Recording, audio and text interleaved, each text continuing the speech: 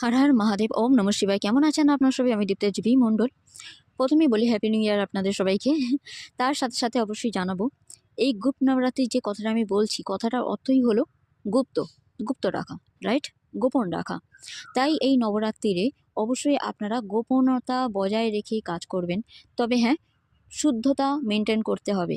যেমন ব্রহ্মচর্য, এটা মেনটেন করতে হবে। এখন আপনারা বলবেন আমরা স্বামী স্ত্রী, আমরা কি করে এটা পালন করব? অবশ্যই আপনারা অন্য টাইমে এটা অন্যভাবে আপনারা এক হতে পারবেন, মেলামেশা করতে পারবেন, বাট এই ৯টা দিনে আপনারা একেবারেই সেটা করবেন না। তাতে কি হবে, আপনাদের মাতৃশক্তির যে একটা বড় আরাধনা বা বড় ব্রত, সেটা ভঙ্গ হবে।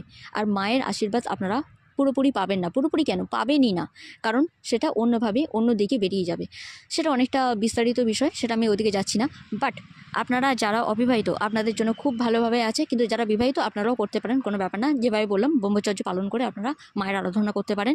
তবে হ্যাঁ, অনেকেরই প্রশ্ন থাকে আমরা কী মন্ত্র জপ করব, আমরা গুলিয়ে ফেলছি বা আমরা কনফিউজ হয়ে আছি। তা আমি বলবো, গুরুদীক্ষা ছাড়া, সরি নয়েসের জন্য, গুরুদীক্ষা ছাড়া আপনারা অবশ্যই সেই মন্ত্র মানে একদমই জপ করবেন না, যেটাকে নবান্ন মন্ত্র বলা হয়। যেমন ওম,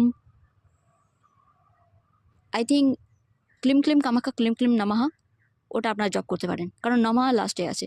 ওম দুম দুর্গায় নমঃ, এটা জপ করতে পারেন, নমঃ লাস্টে আছে। যেমন ওম ক্লিম কালিকায় নমঃ, নমঃ লাস্টে আছে।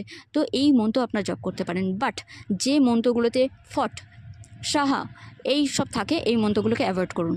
নবান্ন মন্ত্র আপনারা গুরুদীক্ষা